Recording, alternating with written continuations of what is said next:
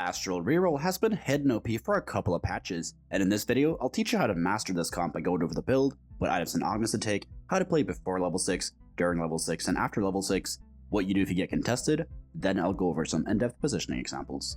The build is not flexible as you are forced to run a specific set of units, but this comp offers a ton of raw power that can't be matched by most comps. It's also easier to hit and find your comp because of how the Astral trait works, which makes it easier to 3-star all the units we want. Here are the core units for the level 6 comp. Lux is your main carry, who can threaten both frontline and backline units. Silas is your main tank and feels damn near unkillable at times, especially with the mage trait active. Nidalee, Skarner, and Vladimir are in there to fill up the Astral trait, while also offering high stats and the opportunity for you to 3-star them. Varus is used as a CC bot, while also giving you 5 Astral, and thus giving you even more star levels for the Astral drops. At level 7, we round out the comp with Jace to give the whole team guild bonuses, and a strong overall frontline unit that also deals damage. And once you get to level 8, you want to end up with this board, where you add in a 5-cost unit like Bard, Zoe, Soraka, or Yasuo. I'll talk more about other boards we can run at different levels, as well as other ways we can change our comp based on our augments later in the video.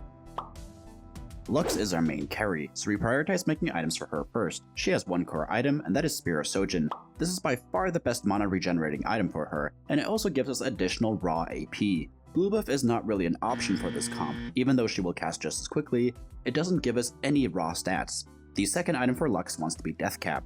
Lux's base stats are quite low, so the extra AP is exactly what she needs. Another option instead of Death Cap is Archangels, but it's not as good. The third item wants to be JG, Giant Slayer, or Gunblade.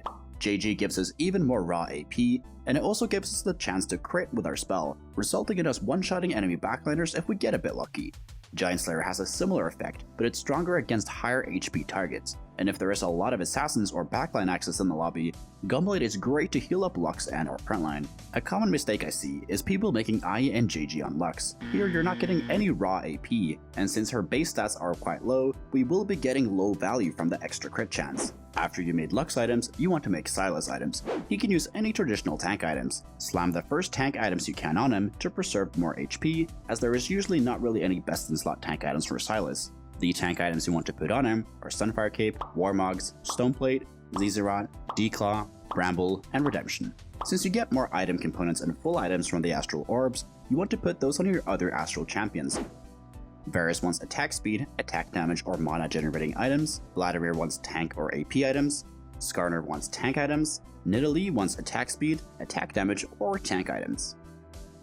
If you get a spatula, your only option is to create Mage Spat. With a Mage Spat, you can easily play 5 mages at level 8, which is nice. Throw the Mage Spat on Varus, as he will CC the enemy team for a very long time. The best augments for this comp are Luden's Echo, Second Wind, Preparation, Calculated Loss, Think Fast, Trade Sector, Featherweights, High Roller, Cybernetic Uplink, Sunfire Board, Big Friend, Mage Heart or Emblem, Blue Battery, Band of Thieves, Metabolic Accelerator, Exiles, and Binary Airdrop. I mentioned a lot of augments there, and the best ones out of those are Trade Sector, Calculated Loss, Think Fast, Luden's Echo, Preparation, and Second Wind. If all that info was a lot to take in, then check out the cheat sheet for this comp. It's available for patrons and YouTube members. Here is the quirky cheat sheet from last set, so you know what to expect for the Astral reroll cheat sheet that is available right now. The carousel priority for this comp is Rod, Tear, Sword, then Glove. From there, we want to find all the Astral units as fast as possible, as we want to get the Astral loot orbs as fast as possible. Therefore, the best opener looks like this. Another opener that also works is Karma Carry, but note that you need to find 3 Astral as soon as possible and immediately change it in whenever you can. Once we have found our comp, we need to make items. Spear of Sojin is the #1 priority, which is why we're going to try and Lost Streak in the early game to make sure that we can build it ASAP. After that, you want to keep building towards Lux items, and you slam any tank items for Silas in the meantime. The goal with this comp is to be level 5 with 50 gold or more on stage 3-1. To reach this goal, we want to Lost Streak into Krugs. This is to maximize our gold income on the way there. And if you want to learn more about how to Lost Streak properly and overall play the early game, check out my guide where I go in depth on that subject. After the Krugs round, you should have more direction towards a comp. The general requirements to play Astral is to already have at least 1 component for Sojin and 1 component for Death Cap. Additionally, we want to have some of our Astral units upgraded and some more on the bench if possible. Once you reach 50 gold at around stage 3-1, you need to decide whether you will be slow rolling at level 5 or not. Lux 3-star is the win condition for this comp, but having our 1 cost 3-star helps a ton. So if we are somewhat close to them, meaning we have 6 or more, we want to slow roll at level 5 to try and hit them 3-star. If you're not close, go to level 6 instead, as you can still hit them at that level. If you decide to slow roll at level 5, you will slow roll until you have 3-star 2 or more of the 1-cost champions. Once you reach level 6, you want to slow roll for 3-star units. But before we start slow rolling, we have to do a quick checkup on our HP. If we are low on HP, then it's fine to roll down for our level 6 board in order to not bleed out. Remember to not dig too deep though, as we want to get back up to 50 gold to start slow rolling again. Once you start slow rolling, your 3-star priority is Lux, Vladimir, Skarner, then Nidalee. You don't always want to 3-star Varus, since it will just be a waste of gold unless he has great items. So if you get great items for him, you can chase 3-star Varus and Sylas as well, but note that you will not do that in every game. You will slow roll until you hit 3-star Lux, and once you hit, go to level 7 and 8. But if you are 1 or 2 copies off of Vlad or Skarner, you can roll down to 20 gold to try and hit them at level 6. If you don't hit after doing that, you can't afford to keep rolling anymore, and from there you have to level up so you don't get outscaled by the other players. Once you reach level 7, you throw in HAs for Shapeshifter and guild bonuses, but since he is a forecast, sometimes he can be a bit hard to find. Until you find him, you can either run Gnar for Shapeshifter or Twitch for Swift Shot and guild. You can also throw in an extra Sylas or a Mage unit. From there, we want to keep pushing levels. At level 8, you want to ideally throw in a Zoe or Bard. But other 5 costs like Yasuo and Soraka can also work, and if you get +1 mage, you want to run 5 mages here, and you can drop Jace for a legendary if Nidalee isn't 3-starred in that case. If the game lasts long enough for you to go level 9, you will have a massive power spike in Astral. You get 8 Astrals and a monster of a unit who will whiteboard late game. If you have a magnetic remover, which you can get from the trade or from the treasure dragon, you remove Lux items and put him on the 2-star Astral. It is important that Astral is 2-starred though, as he's not stronger than Lux at just 1-star. But if you don't want to play Astral at level 9, you could also just add in another one of those legendaries mentioned earlier.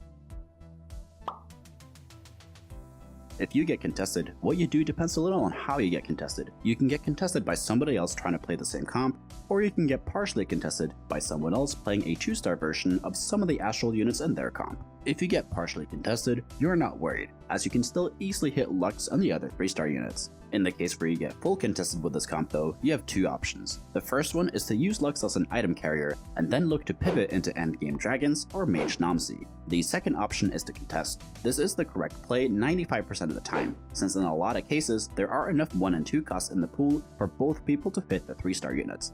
And with the Astral Orbs, it becomes even easier to hit. Make sure to focus on hitting Lux 3-star though, as she is the primary carry of this comp. Lux targets the farthest away with her spell, therefore we almost always want her on the opposite side of the enemy carry. Varus targets whoever he is targeting with his spell, therefore we want to line up Varus so that he is close to the enemy carry. Since his spell hits the other enemies nearby, sometimes his stun will spread to the enemy carry as well, which is huge if it happens for us. General positioning with this comp looks like this. It's easy to position with this comp, as all the units except for Varus and Lux want to be in the front line to win time for them. Yes, that includes Nidalee. With her Shapeshifter bonus at level 7, she gets surprisingly tanky.